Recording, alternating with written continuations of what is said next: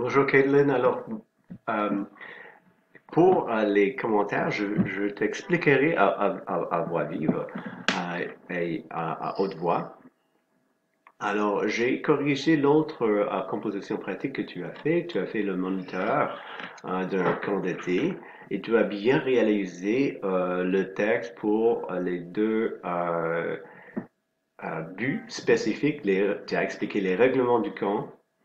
Et tu leur as fait, tu leur as fait aussi des recommandations pour créer une entente générale. Alors, au niveau de la qualité de la langue, tu as bien fait, tu as très bien euh, utilisé le présent en général, ce qui fonctionne très bien pour euh, le discours. Tu as aussi inclus quelques expressions importantes et tu as utilisé des verbes pronominaux à plusieurs reprises, très bien. Et tu as aussi utilisé le vocabulaire pour distinguer les différentes parties de ton discours. Bonjour, premièrement, deuxièmement, et tu as utilisé comme des exemples en indiquant clairement ça et tu as conclu avec d'autres langages très bien choisis. Alors, le message est très bien fait, la qualité de la langue est bien et le choix du type de texte et la compréhension conceptuelle. Tu as très bien compris le registre like the tone or the register, que tu utiliserais pour des jeunes dans un camp d'été, des phrases simples, claires, avec des exemples, et alors tu as bien compris le concept. Alors tout ça, c'est super bien fait. Où est-ce que tu peux améliorer? Si on regarde ici, tu as quelques phrases avec les vocabulaires qui sont pas français ou qui n'ont pas de sens. Sentence générale, sentence is like a sentence for prison ou quelque chose comme ça là. Et tu veux dire peut-être tu aurais pu utiliser entente générale ou expliquer pour créer une ambiance où tout le monde est confortable, quelque chose où est à l'aise, quelque chose qui expliquerait l'idée à la place d'une phrase si tu n'es pas certaine. Tu vas faire des erreurs, ça c'est certain, mais utilise des expressions idiomatiques ou le vocabulaire dont tu es certaine. Numéro de tâches, plusieurs. Nous faisons plusieurs tâches ou beaucoup euh, de compétition, de parties. Match, non plus, ça, c'est pas le bon mot, là, c'est les parties de tennis, des parties.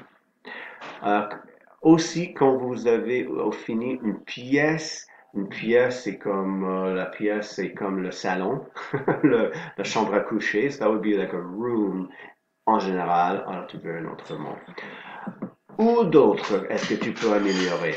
Les phrases avec les exemples de grammaire complexes qu'on a étudiés, tu en as deux, la voix passive et une phrase hypothétique. Super. Tu pourrais ajouter une autre un ou deux dans une composition comme ça. Par exemple, tu as dit, il est important de faire son mieux et de s'amuser. Si tu faisais ça comme, il est important que tu utiliserais le subjonctif. Alors, si il est important que tu fasses ton mieux et que tu t'amuses, alors ça, c'est un autre exemple de comment intégrer un point de grammaire complexe. Et ici, tu aurais pu utiliser l'impératif peut-être. Souvenez-vous des règles. Soyez gentil avec les autres et avec l'équipement. Faites, euh, faites un effort et amusez-vous. Alors, si on regarde de plus près,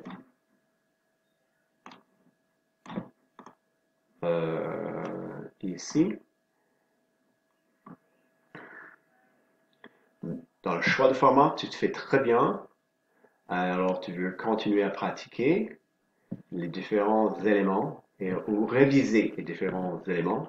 La révision de grammaire que tu as fait, tu peux regarder les points de grammaire, on regardera ça.